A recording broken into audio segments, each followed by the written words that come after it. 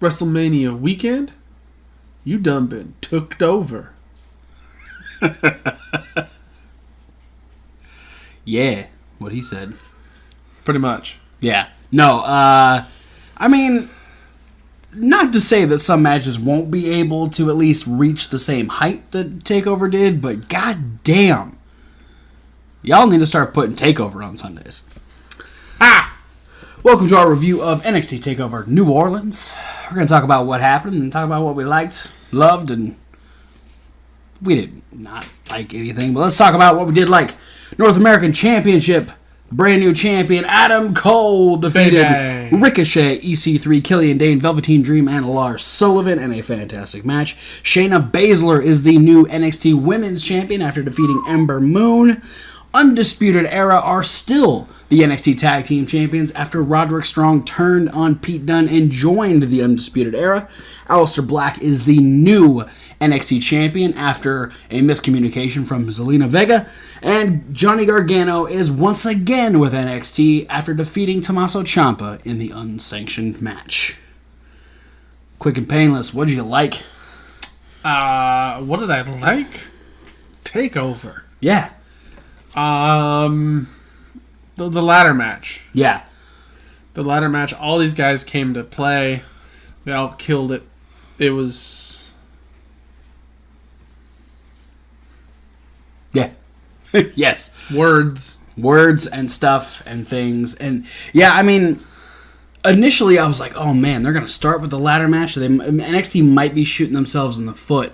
But I think it was the opposite. It geared everybody up. Yeah, it was a smart move because with a ladder match, despite the fact that there were moments of like, oh my god, I can't believe that happened. There were a few moments that could have worked a little better, so that they were able to work out. Velveteen Dream. Ricochet overshot a couple of times.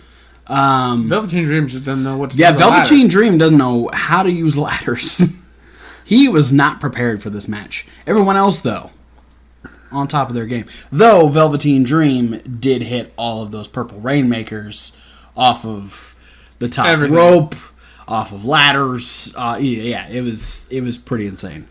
I really liked the story told in Shayna Baszler versus Ember Moon. Yeah. Ember Moon came to fight, tried to deliver the same exact type of just aggressiveness that Shayna Baszler brings. Had Shayna scared for a bit. Shayna using the rope or the post to pop her shoulder back into place after the stomp from Ember Moon. Kind of gnarly.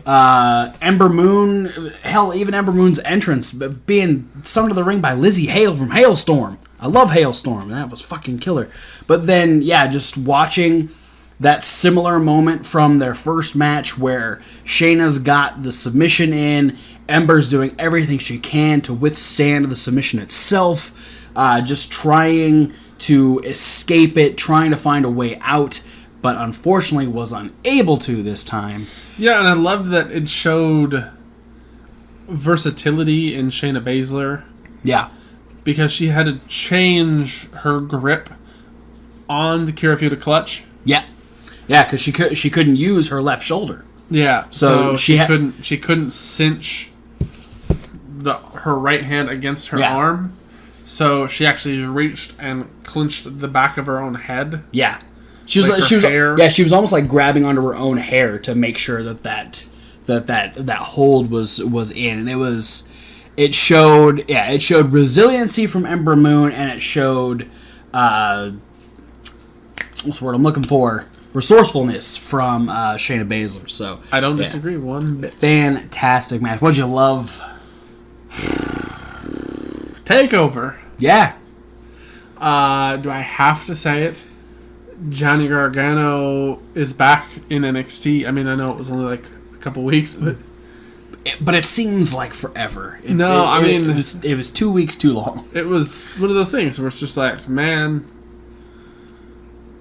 I knew it was going to happen, but if it didn't happen, I would have been really disappointed. Yeah, it's... And, everybody's like, oh, well, Johnny's going to get called up and do all these cool things. Maybe go to SmackDown, maybe go to 205 Live, maybe be in the Battle Royal at Mania. And I'm just like, no, He's not done in NXT. Johnny needs more NXT time. Yeah. The only downside to this, to me, is that if Tommaso won, it would have been complete closure. Yeah. On the storyline. Now what I see is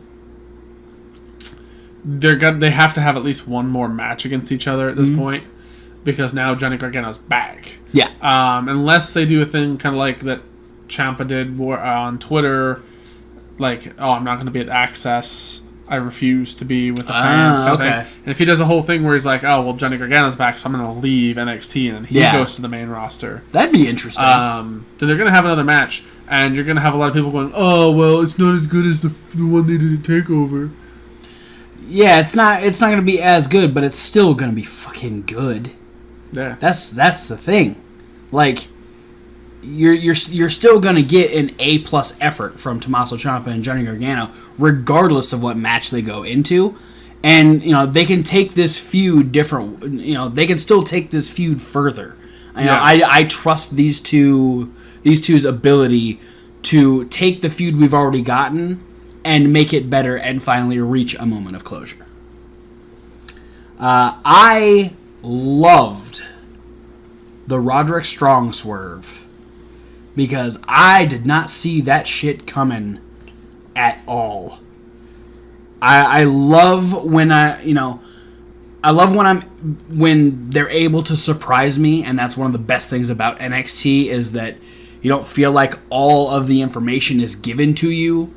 You're not going, oh, well, this is how this is gonna happen, or you can't call something and then be like, yep, called it, and then like be upset about it. Like if you do call something, which I kind of did because Undisputed Era did get a new member. Yeah. But I was expecting it to be somebody completely new. I wasn't expecting and to be like to start the match that way, like having a completely different partner. Yeah, exactly. Yeah, there was a smart way to do it because they took Adam Cole out of the match really early. Yes, which was great for him because he got fucked up in the ladder match. So yeah, it was clever and it was shocking and it was and the best part I feel like was they worked together so solidly. They only had one moment where I think Akam shoved Roddy into Pete Dunne. You and I were talking about like, oh, well, if it's going to happen, Dunne's going to turn on Roddy at this point. And then to have it switch like that was so clever and unexpected with the fact that they had the tag titles won. Yeah. And Roddy's like, yeah, I have the tag titles won. And just completely screwed over Pete Dunne. A fantastic moment. Great story. And now I'm excited to see this is like the best spot that Roddy's been in since he started with NXT. Yeah. And now I'm excited to see where he goes from here. So, and do we even need to go into dislike? I mean, did you actually dislike anything? A little. Okay. A little. And it's a booking preference. All right. A story preference, the way that things play out. Fair. And it's with that same angle that's on your love list. Okay. I feel like... I don't know. I feel like it was a surprise. It was really well done in the delivery. But I feel like Roddy should have been slightly less adamant about his dislike for Undisputed Era initially on to kind of give, because I'm curious. I guess what it really depends on is when and if he gives his reasoning. Oh, I'm for doing it. I'm sure we'll probably get that on next. Well, not this week, but next week or the following week's NXT. Because where I look at it from an opportunistic moment, an opportunist person, somebody like the Rated R era Edge, who would snatch at any opportunity, no matter how dirty of a tactic he needed to take, Right. to send himself forward in the pecking order. That to me, it doesn't make sense for Roderick Strong, who was about to win the tag team champions, to then turn on his partner just to now be aligned with the tag team champions. Well, essentially, he gets to stand in as a tag team champion because however long Bobby Fish is out, Yeah. you know, especially with Adam Cole having to deal with the North American Championship, now he gets to be Kyle O'Reilly's backup. And Yeah, no, and I totally get that, but I feel like if you're coming in from it with that mentality, you should be willing to take it wherever you're going to get it. Yeah. And they were about to get it. So why not get it and then potentially wait and turn on Dunn later when they lose it, and then align himself potentially with the people who had it? Okay. I get that. I think that would make him seem more dastardly. I feel like this is going to do something which I think they want to do backwards. Because I feel like they want to do this and be like, oh my god, Roderick Strong heel turn. Oh my god, surprise, ooh. And because they got such a huge pop at the end of the match, that now they're getting the opposite, where I feel like, oh, now Undisputed Era is going to be even cooler because they have Roderick Strong. Well, and I think that puts Undisputed Era possibly on a level of like NWO. The NWO were supposed to be the biggest heels in the world, and they were initially, but eventually it became most popular. DX is the same way. Yeah. You know, the Undisputed Era being three extremely talented guys like Adam Cole, Kyle O'Reilly, and Bobby Fish. You add Roderick Strong to that, and now it's okay. Well, hey, you know, Roddy found a place in Undisputed Era. You know, there was at one point they did the bit with Tenera Conti, like, what kind of influence does Undisputed Era have? And I think that's one of my favorite things about NXT, is that even if you are booked as a heel and you don't get a heel reaction, you're still able to go do your thing. Yeah. Like that's what wrestling today now is. It's you don't have to get that heel reaction to still go out and be a heel. And that is, as long as you're putting on quality matches, people are going to enjoy the work you're doing regardless of how it turns out. But yeah, I'm very interested to see what Roddy's explanation and I mean, of the story the only thing is. like, I mean, the only way I'll be completely 100% disappointed in the storyline is if it doesn't end up with a 6-man tag involving Pete Dunne teaming up with Mustache Mountain. Yeah. No, I can almost see it happening at, I believe there's one takeover between now and SummerSlam. And if it doesn't happen at the next one, Takeover Chicago? I believe so. The one it's going to be before Money in the Bank. Yes. So, yeah, if not Takeover Chicago, definitely Takeover Brooklyn 4.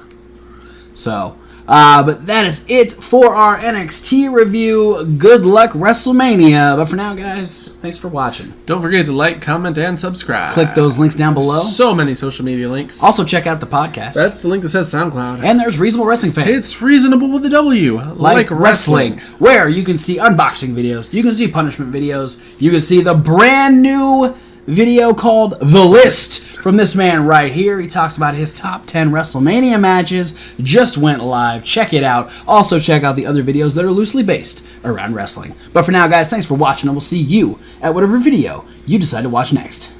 And Takeover wouldn't be complete without a big old plate of fuck Modus.